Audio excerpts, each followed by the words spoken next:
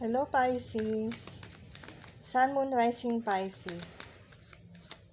Love reading para sa Pisces Collective.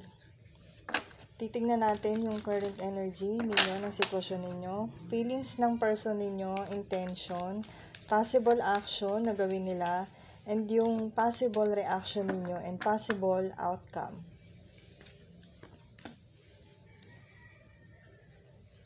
Thank you for watching mga Pisces. Baka magawi ka sa Facebook. You may add my account, Intuitive Reflections. Thank you so much. Pisces. Sa recent connection mo, or dito sa current connection mo, ang nasisense ko dito, ang hinahangad mo sana, equal give and take, pero hindi mo siya makuha sa person mo. So, ang nangyari, ang Wheel of Fortune, ang universe na mismo ang gumawa ng balance dun sa sitwasyon ninyo para magkaroon ng harmony sa connection, guys. Yung iba sa inyo, guys, bigay kayo ng bigay sa person nyo, yung person nyo, tanggap lang ng tanggap. And vice versa. Kayo na pong bahalang maglapat kung sino sa inyo yan, guys. Yung iba sa inyo, guys, yung connection ninyo, nagdala rin naman sa inyo na swerte. And yung connection ninyo ay meant na mag-end na para dun sa iba.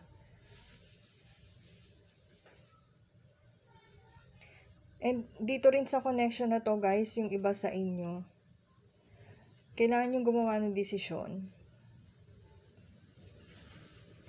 Kasi itong part ng buhay ninyo na to, parang ang dami ninyong pinagdaraanan na dahil dinidelay mo mismo yung mga desisyon na kailangan mo nang gawin para ma-achieve mo yung peace within you. Tingnan natin yung feelings ng person mo towards you.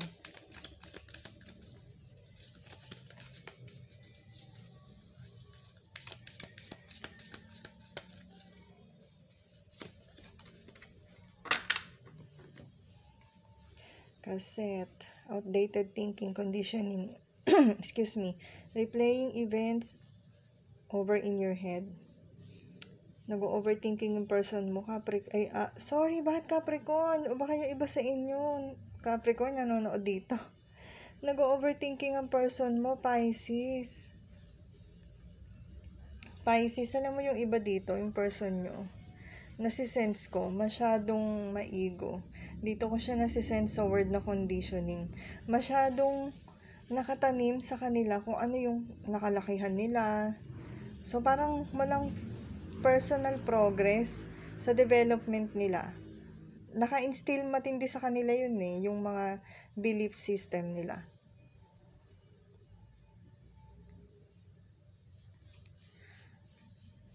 So, yan ang feelings nila towards sa inyo. Pisces, ano yung intention ng person mo?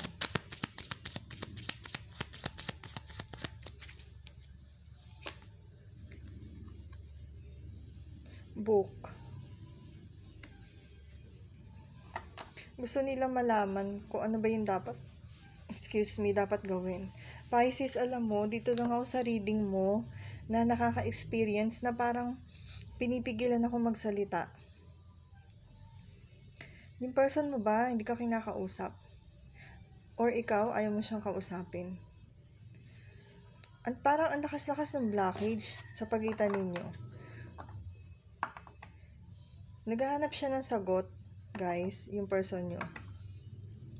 Yung intention nila. Alam mo, nakaka-sense pa ako dito na yung iba sa inyo, yung person ninyo.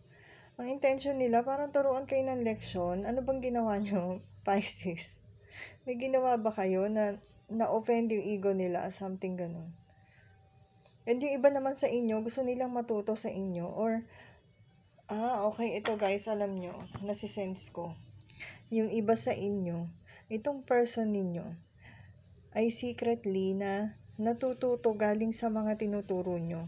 Kumbaga, alam niyo yung quote-unquote old school na paniniwala na ang tawag dito, natutulungan nyo sila na mabigyan ng panibagong pananaw sa buhay. Guys, ang ganda nun. Congratulations kung ginagawa niyo yun. Tignan natin yung possible action nila. Wow, nahulog. Wow, sakto 3.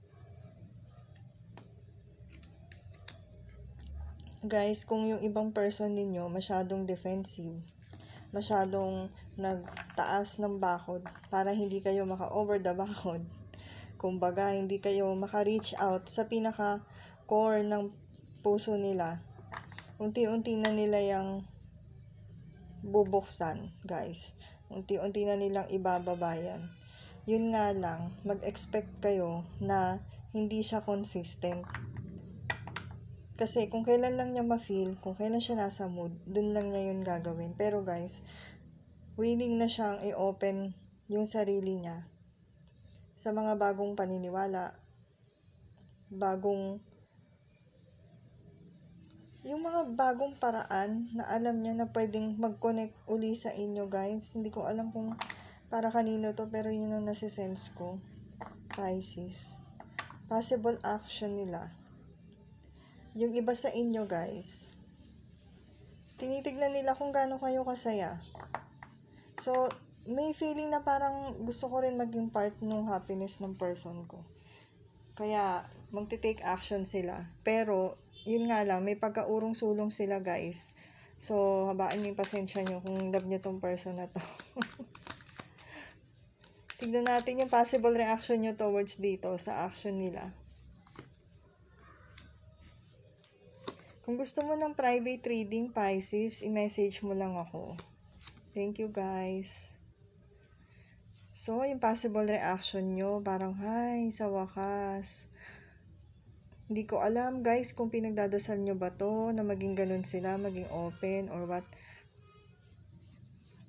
Pero at the same time, nag-overthink kayo kung totoo ba tong pinapakita na to, or baka hindi. And, yun nga, matagal nila bago ma-earn yung tiwala ninyo, guys. Kasi, hindi ganun kadali na magbigay ng tiwala, di ba? Lalo na kung na-hurt ka na sa past. Kailangan mong i-heal muna yun. So, process siya. Possible reaction nyo din, nasisense ko dito, kaya nyo naman silang patawarin, guys. Patatawarin nyo sila. Palalayain nyo yung sarili ninyo dito sa kasi na feeling stuck kayo dito sa person ninyo. So, ano yung possible outcome ninyo ng connection ninyo? Wow, happy. Oh, ang ganda, guys. Isa pang positive. Nag-wish talaga. Guys, ang ganda nito, guys. Alam nyo, guys, yung wini-wish nyo na maayos na connection, sa bandang huli, ganun yung mangyayari. Hindi ko man masabi kung kailan to, kung ngayon na ba to, or sa future pa. Pero guys, yung patience na binigay ninyo, magbubunga siya. And ramdam na ramdam ko yun, guys, kasi dito sa card na to, parang si Queen of Pentacles na andito lang ako, maghihintay ako kung hanggang kailan ka maging okay, susuportahan kita.